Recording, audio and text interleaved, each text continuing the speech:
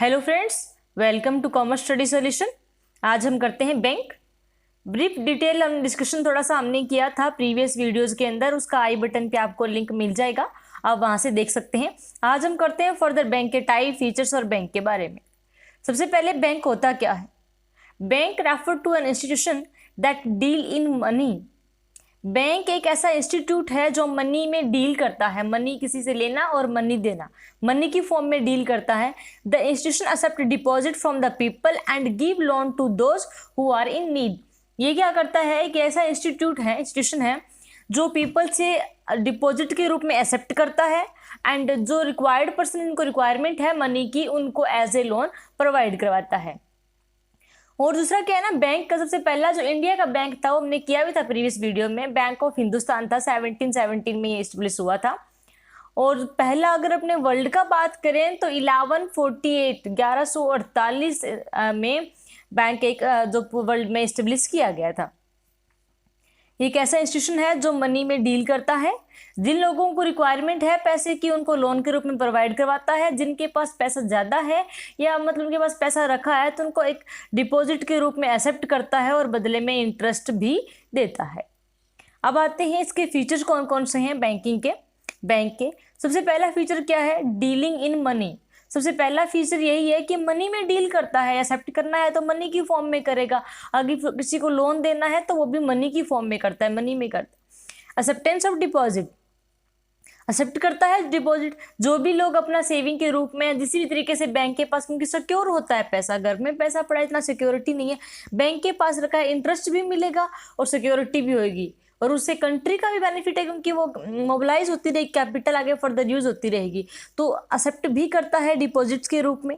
Giving advance, loan के रूप में लोगों को एडवांस देता है जिन लोगों को रिक्वायरमेंट है, या वो जो लोग इन्वेस्टमेंट करना चाहते हैं, या वो लोग कहेंगे हम कुछ कर लें लेकिन कुछ पैसा नहीं है, पैसे की कमी है, तो वो कमी भी ये पूरी करते हैं एडवांस के रूप में।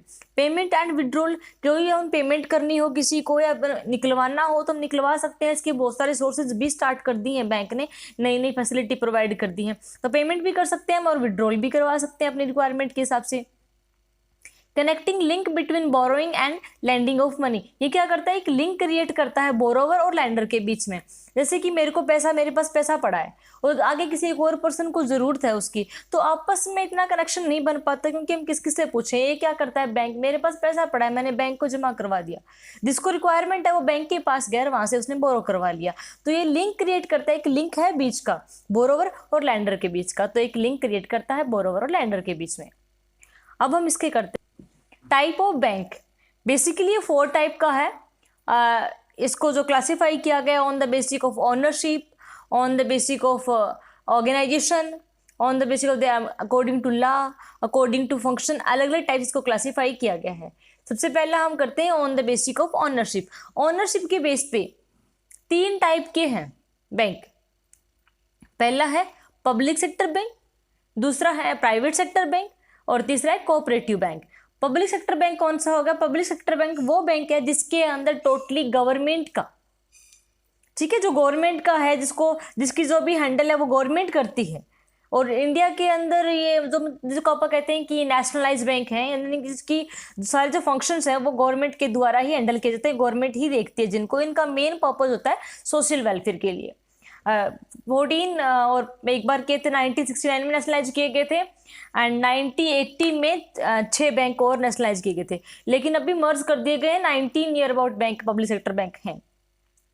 नेक्स्ट है private sector bank. Private sector bank वो बैंक है जिसके अंदर प्राइवेट अथॉरिटी होती है, जो प्राइवेट लोग काम करते हैं। इनका मेन पर्पज क्या होता है, प्रॉफिट कमाना होता है।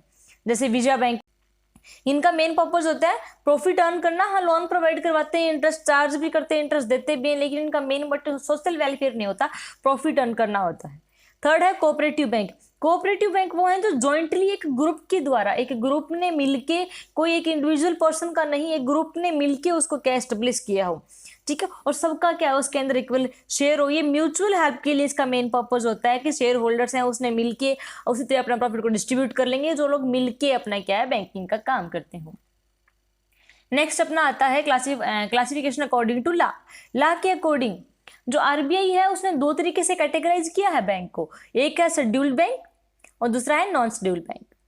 शेड्यूल बैंक कौन सा है कि जो हमारे आरबीआई के एक्ट के अकॉर्डिंग है, और जो हमारा सेकंड शेड्यूल है आरबीआई का उसमें ये मेंशन्ड है, इसके बारे में सारे इसका ऑपरेशंस कैसे का परफॉर्म करने सारा उसके ब्यौरा दिया हुआ है। ये जो ये बैंक वो होंगे जिनकी जो पेड अप कैपिटल है वो एटलीस्ट 5 लाख तो हो, ठीक है, वो हमारे क्या होंगे, शेड्यूल बैंक होंगे। और जो नॉन शेड्यूल बैंक होंगे इसको हम लोकल एरिया बैंक भी कहते हैं। ये आरबीआई के जो सेकंड शेड्यूल्ड है उसके अंदर मेंशन नहीं होता और इनकी पेड अप कैपिटल है वो लेस देन 5 लाख होती है। नेक्स्ट हम करते हैं bank classification according to function. Function के अकॉर्डिंग भी बैंक को अलग अलग क्लासीफाई किया गया है। सबसे पहला है कॉमर्शियल बैंक। कॉमर्शियल बैंक कौन से हैं? कॉमर्शियल बैंक वो है, ये शेड्यूल और नॉन शेड्यूल दोनों आते हैं इसके अंदर। जो बैंकिंग रेगुलेशन एक्ट 1949 के अकॉर्डिंग प्रिस्क्राइब हो, इनका भी मेन पर्पज है वो प्रॉफिट अर्न करना होता है।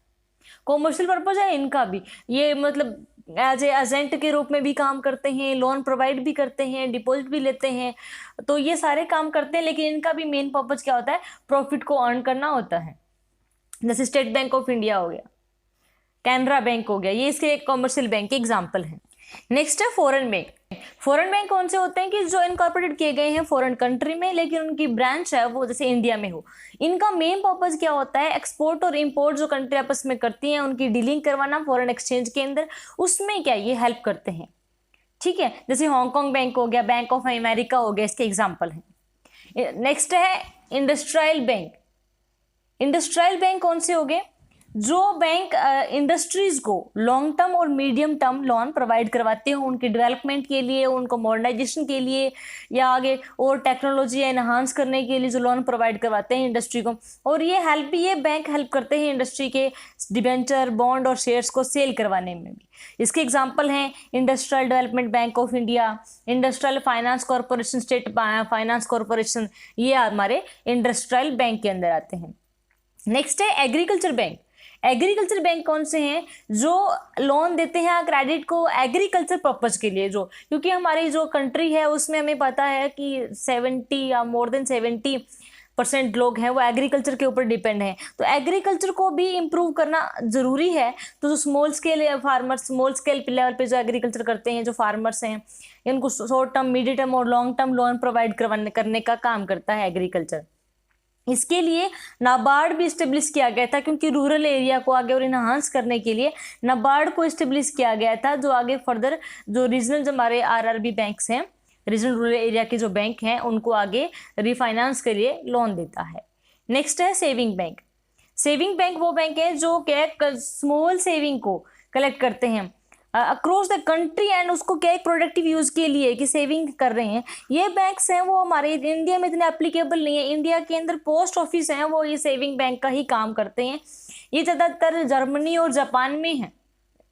तो फर्स्ट जो सेविंग बैंक है वो जर्मनी में 1765 में इस्टेब्लिश किया गया। नेक्स्ट है इंडिजियस बैंक। ये इंडिजियस बैंक क्या है, ये बैंक्स हैं फाउंडर, इनका मेन है वो इंडिया के अंदर ओरिजिन है। जैसे कि हम कहते हैं कि जो विलेजेस के लोग हैं वो बैंक्स तो होते ही हैं, वहाँ पे बैंक हैं, ग्रामीण बैंक ओपन कर रखे हैं गवर्नमेंट ने, लेकिन फिर भी लोग जैसे जो महाजन होते हैं, आड़ती होते हैं, वो इस बैंक के अंदर आते हैं, उनको इंडिजियस बैंक कहते हैं। कि जो आरबीआई के अकॉर्डिंग कोई रूल्स रेगुलेशन नहीं है, जो मनी लैंडर्स हैं जो आगे मनी प्रोवाइड करवाते हैं अपने खुद के बेस पे, उनकी प्राइवेट मनी होती है, उनके प्राइवेट रूल्स एंड रेगुलेशन होते हैं, वो इसके अंदर आते हैं। नेक्स्ट है सेंट्रल बैंक। सेंट्रल बैंक तो हमारा एपेक्स बैंक है, हमारी कंट्री का सबसे बड़ा बैंक का बैंक, जिसको जो नोट इश्यू करता है, करेंसी इश्यू करता है अपनी, ठीक है। बैंकर्स का बैंक है, जितने भी बैंक हैं उन सबको लोन प्रोवाइड करवाने का। इसके हम आरबीआई के ऊपर एक पूरी वीडियो डिटेल में बना देंगे, क्योंकि सेंट्रल बैंक है वो बहुत सारे फंक्शंस परफॉर्म करता है। हमारा जो आरबीआई है वो सेंट्रल बैंक है। हर एक कंट्री का अपना अपना अलग अलग सेंट्रल बैंक होता है। हमारा आरबीआई है, जैसे बैंक ऑफ इंग्लैंड हो गया वो इंग्लैंड का है। तो ये सब अपनी अपनी कंट्री का एक सेंट्रल बैंक होता है, जो जितने भी सारे बैंक हैं उन सब के उनको सुपरवाइज करता है, उनको जो भी रूल्स एंड रेगुलेशंस हैं उनको सेटअप करता है। उसके बाद नेक्स्ट है on the basis of their organisation. Classification किया गया उनके ऑर्गेनाइजेशन के बेस के ऊपर। इसके हैं वो मेन दो पार्ट्स हैं। पहला है यूनिट बैंकिंग। यूनिट बैंकिंग के अंदर क्या आता है कि जो एक सिंगल बैंक है उसकी कोई भी ब्रांच नहीं है, वो एक सिंगल बैंक के रूप में एक सेपरेट अपनी कंपनी है, अपने उसी बिहाफ में काम करता है। ये भी इंडिया के अंदर इतना एप्लीकेबल नहीं है, वो मतलब उसकी कोई ब्रांच नहीं होती यूनिट बैंकिंग की, एक सिंगल बैंक है, वो अपने उसी में परफॉर्म करता है लोकल एरिया में। ये मेनली यूएसए के अंदर बहुत ज़्यादा पॉपुलर है। नेक्स्ट है ब्रांच बैंकिंग।